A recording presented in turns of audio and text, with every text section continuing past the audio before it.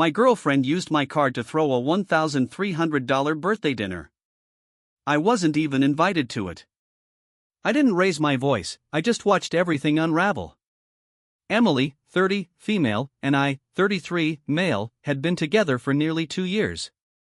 We met at a local pub during a trivia night with some mutual friends. She was captivating, confident, and had a magnetic charm that drew people in. I fell hard for her. Emily worked in IT at a downtown tech firm, starting out in an entry-level role where she provided support. She often spoke about her job as if she were running the place, even though the pay wasn't particularly impressive. I ran my own small business as a general contractor. I built it from the ground up, and while it wasn't glamorous, I was proud of what I had accomplished. It covered all my expenses and then some. In the beginning, everything felt perfect. We spent our weekends exploring the city, trying out new eateries, and catching indie films at the quaint little theater she loved. However, looking back, there were always subtle signs that something was amiss. There were little comments about my clothing, playful jabs about my truck, and the fact that she had never introduced me to any of her colleagues in the 2 years we had been together. Being in love, I chose to overlook these things. About a month ago, Emily mentioned that her company was hosting a big client appreciation event at a fancy hotel downtown. She was involved in the planning and seemed stressed about making sure everything went smoothly. One evening, she casually mentioned, "Megan from IT is bringing her boyfriend." As she scrolled through her phone, she added, "He's a lawyer or something." Without thinking much of it, I asked, "Oh, can you bring someone?" I noticed a brief hesitation before she replied, "I could come for moral support if you want." I mean, I guess you could come. It's just a bunch of corporate people talking about boring work stuff. Knowing she had been struggling financially, I offered to help cover some of the costs. She had hinted that her rent was going up, and she might have to move. In the end, I ended up paying for her new outfit, which cost $500, her boss's gift basket for $250, and other party supplies. It wasn't exactly pocket change, but it wasn't a fortune either. On the night of the event, I dressed to impress, donning my best outfit that I usually reserved for meetings with potential high-profile clients. I even got a fresh haircut. When I picked her up in my truck, Emily asked if I remembered the gift basket and barely acknowledged my appearance. I could sense her tension as we arrived at the hotel. She started to walk a bit ahead of me, creating distance between us as we made our way through the lobby and into the ballroom. "Maybe you should wait at the bar," she said abruptly. "I need to check on a few things first." I replied, "I'll just come with you." Although she didn't argue, I could tell she was annoyed and said, "Maybe I can help carry something." Walking into the ballroom, I was taken aback by how stunning everything looked. Gourmet appetizers were being served, there was an open bar, and the mood lighting was perfect. Emily spotted some of her co-workers right away and headed over, with me trailing behind. A woman in a sleek black dress remarked, "Emily, everything looks incredible." "Who's this?" There was an awkward pause. As I reached out to introduce myself, Emily cut me off. "This is Jake, my driver for the evening." The words hung in the air like a heavy weight. Her colleague, clearly skeptical that I was just a driver, looked confused and glanced at my suit. She raised an eyebrow and asked, "Your driver?"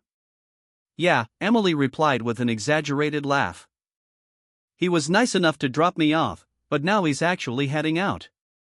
She shot me a glance. "Right, Jake?" It felt like a punch to the gut. After 2 years of dating, I was reduced to being her driver. I gently took her elbow and led her a few steps away from the group. "What was that about?" I asked quietly, keeping my voice steady. She glanced over her shoulder to see if anyone was watching and rolled her eyes. "Look, these are important people. My career is on the line here. You really should just go wait in the car or something." I reminded her, "I helped pay for this party. I bought your dress." At that moment, she looked at me with utter disdain. "You should be grateful I even let you in." In that instant, everything became clear. All those hints, all those comments, they weren't just oddities or bad days. This was her true self. I didn't raise my voice or argue, I simply nodded and said, "You're right," before turning to leave. I gave the impression that I was buying into her narrative. I listened to her justifications and explanations, made her a cup of coffee, and invited her inside. She seemed to think everything was fine and left shortly after. On the surface, things appeared to return to normal a few days later. Emily was affectionate, constantly sending me heart-shaped texts and discussing our future together. About a week after the party, she called me, sounding quite excited. "Hey, guess what? My birthday is coming up in a couple of weeks, and I was thinking of hosting a dinner for some colleagues at that new upscale restaurant, Bella's." I responded in a neutral tone, "That sounds nice." She continued, "But here's the thing. I'm a little short on cash this month after that party and everything." Knowing what was coming, I asked, "You want me to help pay for it?" "Would you? It would mean so much to me. Just my work friends, a chance to network a bit." I noticed she hadn't invited me to the dinner. "How much are we talking about?" I inquired. "Probably around $1,300 for the private dining room. They need a card on file." "I can put my card down for you," I replied. "Just let me know when you need it." She exclaimed, "You're the best. I'll swing by tomorrow to pick it up." When she came over the next day, I handed her my credit card. Unbeknownst to her, it wasn't my usual card, and she accepted it with a smile. "So, what time should I be there?" I asked casually. Her smile faltered slightly.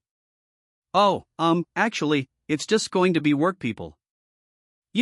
Boring shop talk and all that." "Got it," I replied with a sympathetic nod. "No problem." She gave me a quick kiss and murmured, "Thanks for understanding," before heading out. "You're the best." On the day of her dinner, I reported the card I had given her as lost when I called my credit card company. They promptly issued a new one and canceled the old one. I then dressed in my finest suit, which was even nicer than what I had worn to her work event, and headed to Bella's. I chose to sit in the bar area, partially hidden by a decorative partition, but with a clear view of the private dining room instead of entering through the main entrance. They arrived at 7:30. Emily was surrounded by her colleagues, looking stunning in a new dress I had never seen before. One of the partygoers who had witnessed her call me her driver was someone I recognized. There was also a man I didn't know who kept placing his hand on Emily's lower back, and she didn't seem to mind. In fact, I watched as I ordered a scotch, noticing how she leaned into his touch. They were raising glasses, toasting, laughing, and taking pictures. Emily was clearly the center of attention, and I noted how different she looked, exuberant and confident, not at all like the often whiny girlfriend who worked as an IT support specialist. At precisely 9:45, the server brought the check to their table. Emily waved off her colleagues' offers to split the bill, and I watched with a smirk as she confidently handed over my credit card. "It's my birthday, please. This is my treat," I could hear her say. With the card, the server left. Minutes ticked by, and then I saw him return, leaning down to speak to Emily in a low voice. Her expression shifted from confusion to panic as she presumably checked her banking app, struggling with her phone. Then she began typing furiously, likely messaging me. My phone buzzed in my pocket. "Jake, something's wrong with your card. It's declining. Call me now." I didn't respond. Another text came through. "This is serious. I look like an idiot in front of everyone. The bill is over $1,300. I remained silent, simply sipping my scotch and observing the unfolding drama. Emily was clearly upset now, and when she excused herself from her colleagues, her face was flushed. I could imagine her trying different cards, all maxed out. She had just complained about her credit card debt last week, so I knew she was in a tight spot. After 5 increasingly frantic texts, I finally replied, "Look behind you." I saw her head snap up in shock as she read the message. She spun around, scanning the room until her gaze landed on me at the bar. Her face drained of color. Pulling an envelope from my jacket pocket, I quietly made my way toward their private dining room after paying for my drink. As I entered, an almost comical hush fell over the room. Emily's horrified eyes widened. I could hear the chaos erupting behind me as I walked away. Emily was shouting my name, confused and muttering, while someone suggested they split the bill. I didn't look back. The calls and texts kept coming relentlessly. The next day, Emily oscillated between pleading for my forgiveness and threatening to ruin my reputation. I had already blocked her number. She showed up at my house twice, but I didn't answer the door. From her friends' phones, she left heartfelt voicemails that I didn't listen to and promptly deleted. In fact, a week later, one of her coworkers reached out to me on LinkedIn after her manager discovered that Emily had been lying about her role and responsibilities, taking credit for projects she hadn't worked on. Apparently, there had been an HR investigation at her workplace. The man at the restaurant who had been inappropriately touching her, a senior developer she had been secretly seeing, broke up with her immediately after the dinner incident. 2 weeks after that disastrous birthday dinner, I heard a knock on my door. When I opened it, I was surprised to see an elderly couple standing there, looking uneasy. There was no mistaking who they were Emily's parents. "Mr. and Mrs. Thompson," I said, genuinely taken aback. I had only met them once when they were in town. Her father looked at me with a distressed expression and asked, "Alex? May we come in?" Curious about why they were at my door, I stepped aside to let them in.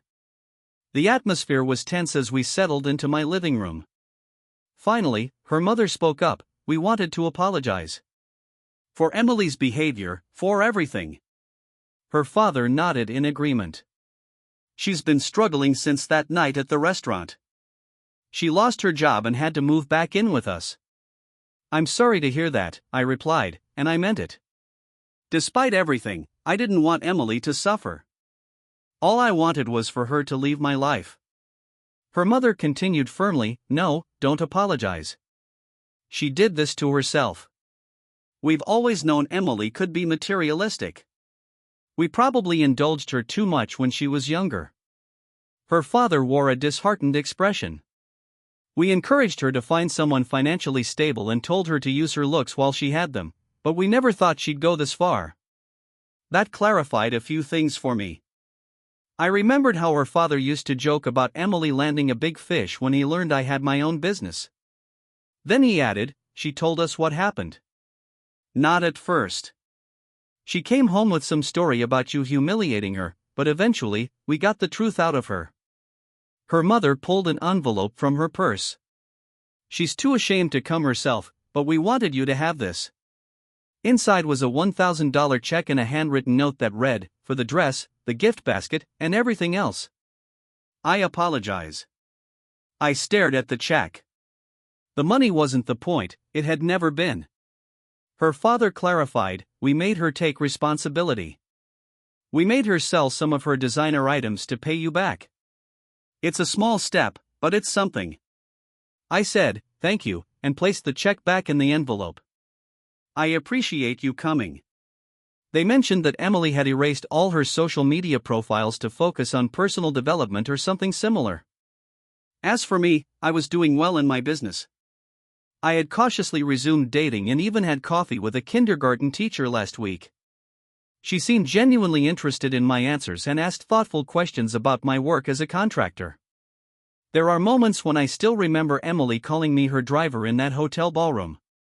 While it was painful, I now see it as a blessing. In pivotal moments, some people reveal their true selves. Others show their true colors through small, inconspicuous acts of cruelty. In any case, trust someone when they first show you who they are. I only wish I had accepted that truth sooner.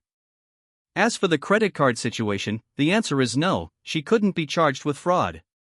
I had given her the card in good faith and reported it as lost rather than stolen.